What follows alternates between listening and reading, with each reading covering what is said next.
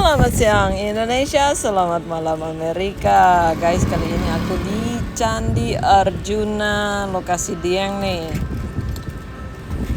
Ini candinya keren. Yang pengen lihat, ikutin vlognya ya.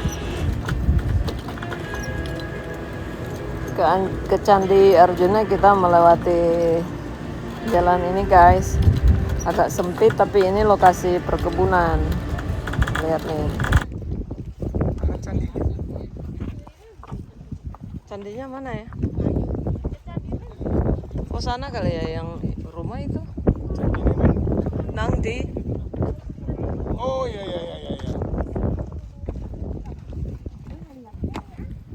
Perbaikan.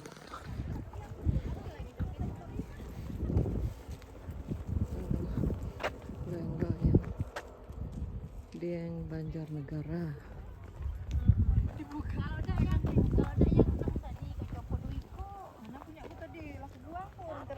Karena kata Ika tidak bagus. Ular itu. Nyari apa? Ular itu. Semanggi Kelihatan gunung. ular.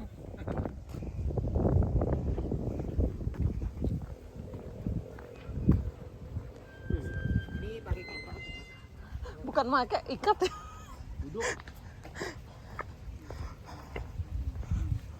Udah mah. Hancen.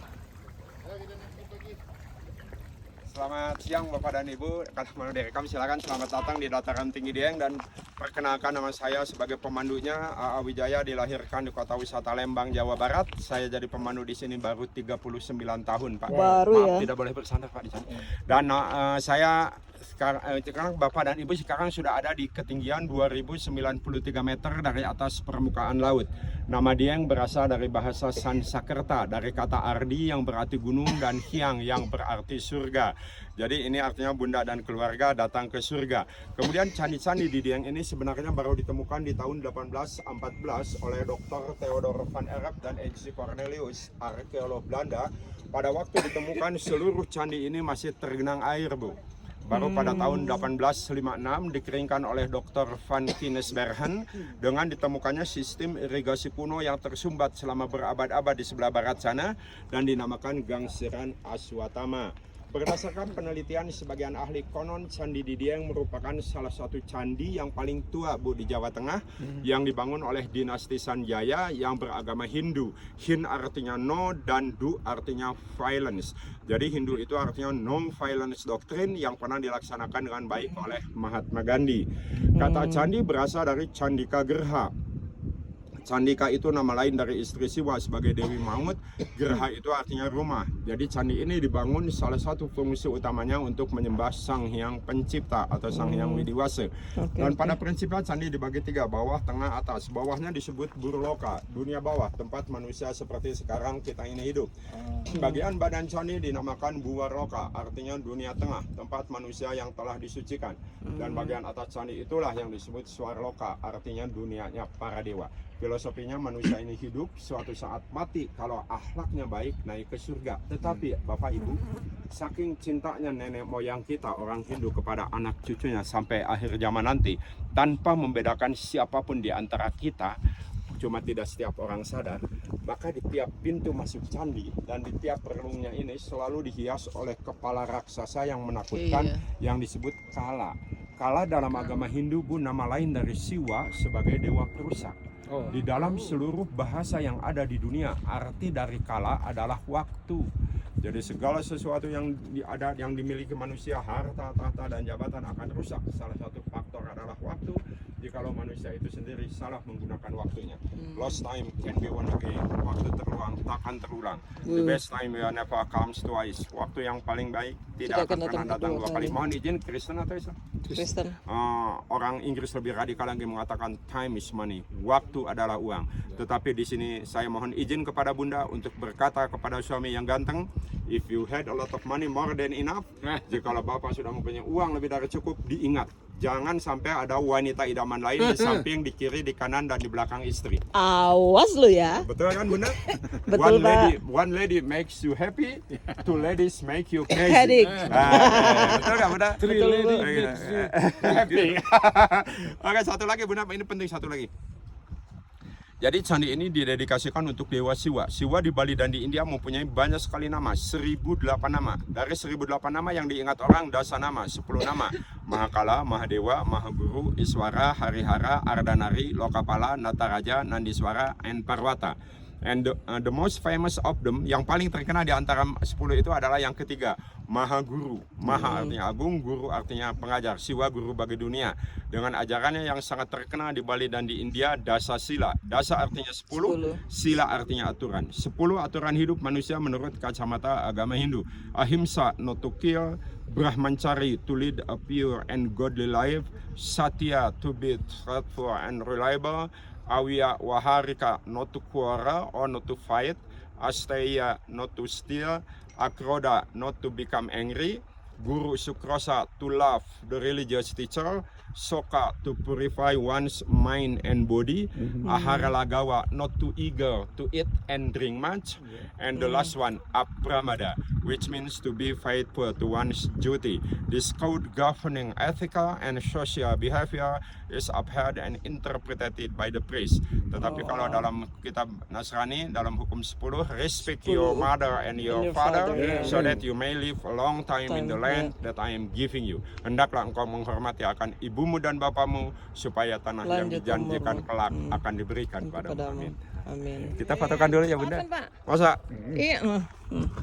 Oh ya? Nih, lihat logonya. Itu dulu saya punya teman saking baiknya meminjami buku terus yang dipakai dasarnya untuk bahasa Inggris itu yaitu Ledos English Serious. Nah, jilid 1 sampai 6 saya kuasai banget waktu itu Bu. Jadi dipinjami oleh dipinjami oleh Joni Pandiangan. Istri saya almarhum juga asalnya dari Advent dulu. Suster di rumah sakit Advent. Tapi udah Bandung ya? Dia udah meninggal. Dan ada teman saya yang baik, Sona Sibuya, Ibu kenal? Iya, Sibuya. Yang di Amerika dulu ya? Iya, kita Itu dulu Sona Sibuya, terus Rini Wagiran, terus itu udah sering ke rumah saya. Kebetulan rumah saya kan di Cisarua. Sebenarnya saya itu jatuh cinta pertama kali itu sama gadis Tapanuli di Unai, Bu. Pak mereka malu saya. Tapi karena beliau beda jalan, jadi putus. Beliau dilanjutkan kuliah ke Filipina. Kemudian saya karena putus, saya tidak pernah ke Unai lagi. Terus saya kembali ke kampung. Kemudian suatu saat nenek kami sakit. Nah, dirawat di rumah sakit Advent Bandung. Oleh ayah saya dipercayakan saya supaya jaga nenek di situ. Saya jaga di situ, alhamdulillah sampai sembuh. Kemudian saya kenalan dengan perawatnya, Pak. Pak Nes Edi waktu itu. Saya kenalan sampai nikah, sampai punya anak 2. Setelah punya anak 2, orang tuanya sakit karena aslinya dari Wonosobo, minta dikebumikan di Wonosobo. Dan istri saya minta resign ke rumah sakit, ngajak pindah saya ke Wonosobo.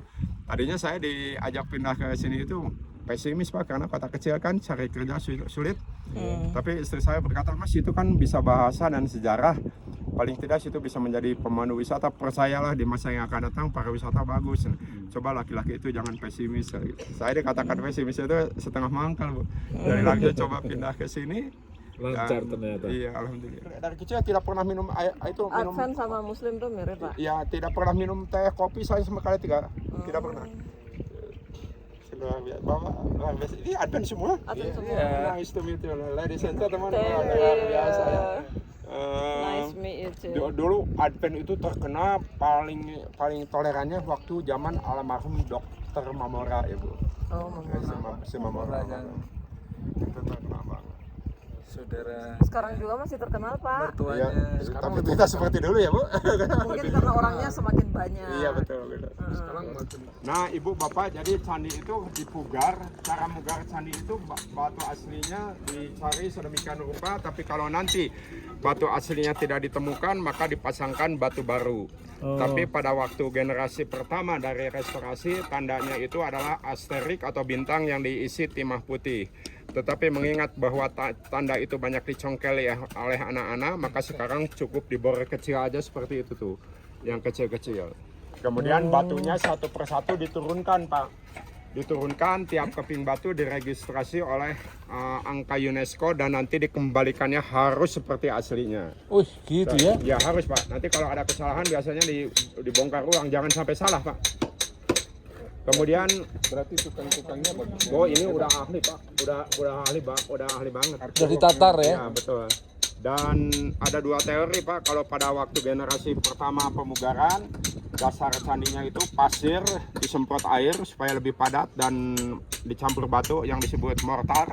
Tapi kalau menurut ilmu pengetahuan modern berdasarkan teknik sipil, maka setelah pasirnya disemprot dengan air, dibikinkan konstruksi beton yang luar biasa kuatnya dengan adonan yang spesial.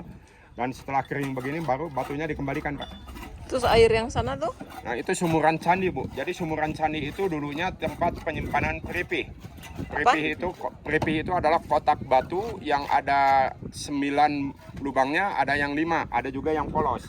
Biasanya abu jenazah orang penting atau raja dimasukkan ke peripih itu dengan beberapa perhiasan dan disimpan di sumurannya candi. Pakai semen ya? Tidak Bu, dan ini candi Hanya batu. ya candi Sri Kandi ini luar biasa sekali Bu, karena dari pucuk candi sampai ke Utuh. bawahnya Utuh. sampai sininya sampai dasarnya ini tidak menggunakan pengunci sedikit pun. Lah pakai apa? Jadi hanya ditumpuk begini saja Pak. Lah, terus untuk gempa bumi bisa utuh bisa. Nah itulah makanya ya kelebihannya teknologi nenek moyang kita di situ Pak. Baru mau dibongkar mau dipikir. Dan luar biasanya lagi Pak, 1400 tahun yang lalu membangun masih bisa dimakan oleh manusia seperti sekarang saya ini Pak. Betul nggak Bu? Iya. Kalau orang sekarang miliaran tahun membangun belum tentu bisa dinikmati oleh anak cucu yang lain. Tapi kalau orang Hindu masih bisa jadi nafkah bagi semua manusia. Luar biasa. Makanya peribahasa Latin mengatakan ars longa vita brevis. Art is long and life is short. Dalam Amsal Sulaiman dikatakan intelligent people want to learn but the stupid one are satisfied with ignorance. Adapun hati orang yang berakal itu mencari pengetahuan, tetapi mulut orang dungu tetap dalam kebodohan. Betul nggak? Mohon izin Pak Pendeta. Luar biasa Bapak ini. Pengetahuannya Saya hebat mau Pak. tanya satu lagi Pak. Ya, Ini monitor oleh UNESCO Bapak bilang. bukan dimonitor oleh UNESCO, angkanya Pak, kodenya menggunakan kode UNESCO. Oh gitu. Iya, Jadi jadi yang biayai untuk renovasi. oh ini pemerintah pusat Pak, bukan UNESCO. Oh, kalau Borobudur dan Prambanan ya, tapi kalau ini pemerintah pusat. Jadi pemugaran benda-benda purbakala, cagar budaya di seluruh dunia, kodenya sama. Jadi tenaga ini kalau seandainya diperlukan di Syria umpamanya untuk membangun benteng-benteng atau candi-candi pemujaan zaman Dairus bisa Pak. Bisa. Yang udah internasional. Kami fotokan di sini dulu, di sini nanti kalau ke sini lagi udah jadi. Harus Oke. foto. Kamera. Sama sebesar ini Pak, setinggi ini. Ya. Setinggi ini. Iya, ini mah tidak begitu tinggi Pak. Kalau dibandingkan dengan Prambanan yang demikian tinggi, coba bayangkan Pak. Mereka kerjanya tanpa safety Pak. Kalau kecuali kalau untuk yang sangat strategis banget baru digunakan seperti Bapak melihat Candi Bima on the way ke Kawah Sikidang segitu tinggi Iya, itu tadi kalau Kita membersihkan udah diajak dari Bima padahal sebelahnya tadi ya. ya membersihkan candi itu mereka naik aja Pak, dengan membersihkan itu naik aja tidak pakai pengaman. Oh iya. Luar biasa pengabdiannya. Maka jujur aja saya sedih kalau ada wisatawan yang buang sampah sembarangan di kompleks candi itu. Betul Pak. Karena candi itu mempunyai banyak sekali musuh Pak. Oh. Ya musuh candi yang paling utama adalah bencana alam. Musuh candi yang kedua sama-sama level 1 adalah pencurian purbakala atau vandalisme. Dan musuh candi yang paling modern yang merugikan adalah yang buang sampah sembarangan. Betul nggak? Betul. Betul. Pasang. Pak. Pasang. Wih, sebagai luar biasa. Iya Bapak. Ya. Ibu urutannya kameranya dari sini Bu. Oh gitu. Arjuna. Arjuna. Ya, candi paling Arjuna paling tua, kemudian Candi Semar. Semar. Kemudian bergeser ke yang sudah yang lagi dipugar, ini Candi Sri Kandi. Kemudian bergeser lagi ke Candi Puntadewa. Dan yang terakhir adalah Candi Sembadu. Sembada. Ya, Sembadu. Sebandra. Ada Pak. Bagaimana? Nah, kalau kembali ke Pasapah Jawa agak bertentangan dengan apa yang saya terangkan tadi Pak. Karena Pasapah Jawa mengatakan bagaimanapun juga seorang laki-laki sukses menjadi pengusaha dan mohon izin menjadi pendeta, tapi tidak akan bahagia kalau hidupnya tidak mempunyai istri 4. Setuju Ibu nggak? Enggak lah. Nggak? Saya setuju dalam arti saja. demikian. Dengarin dulu dalam arti demikian. Bapak ini bagi Ibu adalah satu-satunya, tidak pernah ada yang lain. Sampai di sini Ibu setuju? Karena beliau ini satu-satunya, maka beliau ini bagi Ibu adalah Arjuna. Sampai di sini setuju, Bu? Karena beliau ini Arjuna, maka Ibu harus menjadi istri Arjuna yang pertama, yaitu Sembadra. Dalam wayang kulit ketika muda disebut Roro Ireng, artinya putri yang hitam. Tetapi mempunyai kelakuan yang sangat baik sehingga seorang pendeta pun jatuh cinta padanya dan dinamakan Sembodro dari bahasa Jawa, kesengsem anggonmu bebodro, tertarik melihat perbuatanmu yang sangat baik. Kedua, Ibu sendiri juga harus menjadi istri yang kedua dari beliau ini, yaitu Sri Kandi. Sri itu artinya padi atau istri Wisnu, Kandi itu artinya lumbung atau wadah. Jadi hendaklah seorang istri itu menjadi lumbung bagi keluarganya, baik lumbung kasih sayang ataupun lumbung materi. Setelah Ibu menjadi istri yang kedua, Ibu sendiri juga harus menjadi istri yang ketiga dari Arjuna ini, yaitu Larasati, selaras dengan hati sang suami. Kemanapun suami pergi, baik ketika dan ataupun tidak membawa uang, selalu didoakan dan disambut dengan baik. Dan yang keempatnya adalah harus lemah lembut, seperti istrinya Arjuna yang keempat, yaitu Dewi Palupi. Jadi maksudnya 4 sifat seorang istri, Ibu, bukan 4 manusianya. Bukan 4 Dan insya Allah keempat sifat ini telah Ibu-ibu miliki ya, amin gitu. Amin. Mudah-mudahan. Karena dalam Amsal dikatakan, homes are made by the wisdom of woman, but are destroyed by foolishness. Adapun seorang perempuan yang bijaksana itu akan membangun rumahnya, tetapi perempuan yang dungu itu akan membongkarnya. Bahkan dikatakan oleh Amsal lebih radikal lagi, beauty in a woman without due judgment is like a gathering in a pig's snout. Wanita cantik yang tidak mempunyai tata krama bagaikan perhiasan emas di hidung babi. Betul ya? Betul nggak? Ya. Setuju aja. Sifatnya. Sifat bukan orangnya. Ya itu alhamdulillah di rumah 784 buku koleksi saya, Bu. Wih. Jadi koleksi Soleman banyak. Iya. Saya menggunakannya dari dikasih Pendeta Gunawan dulu waktu tahun 74 Bible in New English Version. Silakan di sini, Bu, nuansanya kelihatan satu. Wih, luar biasa. Jelas ada artinya, Pak. Candi Semar ala sepersegi panjang. Kalau yang bujur sangkar, kemungkinan Candi Semar ini dulunya hanya tempat penyimpanan alat-alat upacara agama. Didekatkan dengan candinya supaya ngambilnya lebih mudah. Oh, oke. Itu Gunung Sindoro. Yang sana. Gunung Sindoro. Ya, Bu, itu. Yang sana Gunung Sindoro. Ini Gunung Sindoro. Gimana? Ada connect itu gunung itu sama sini. Oh, nggak ada. Oh enggak. Nggak ada. Cuma tempat-tempat tinggi itu kalau menurut filosofi agama Hindu adalah lebih dekat kepada Sang Yang Pencipta. Gitu, filosofinya. Kita dipoto di depan Candi Arjuna dulu. Jadi waktu ditemukan ini candi ini sudah di dalam air. Iya, dia terendam air. Ya, terus bagaimana kalau bisa ditemukan sembarangan saya? Bisa ditemukan lubang perjuangan itu? Yang namanya orang Belanda kan pasti dan pasti ada rumusnya, Pak. Rumusnya gini, setiap di situ dibangun Candi Siwa mesti ada sumber air. Dalam sistem air pasti ada pembuangannya. Nah itulah maka dicari oleh Belanda pembuangan. Ketemu, Pak. Silakan. Sampai sekarang masih lubangnya ada? Masih sekarang itunya lubang udaranya kan terowongan itu begini, saat dibikin lubang udara. Nah lubang udaranya pakai sungkup oleh Dinas Purbakala, sekarang menjadi BPK, Pak. Bagus di situ di pas Terus itu yang membuat juga, yang membangun ini juga? Iya sama. Bukan. Karena modelnya telaga ini. Ya, 1, 2, 3, action. Ini yang marga Sinambela. Batu-batu apa itu? Ini batu-batu saksabila. Kita bukan orang. Terus Oleh Jiwa itu. Mas mau naik. Ya. Puji Tuhan. Masih ada tersisa. Keraton.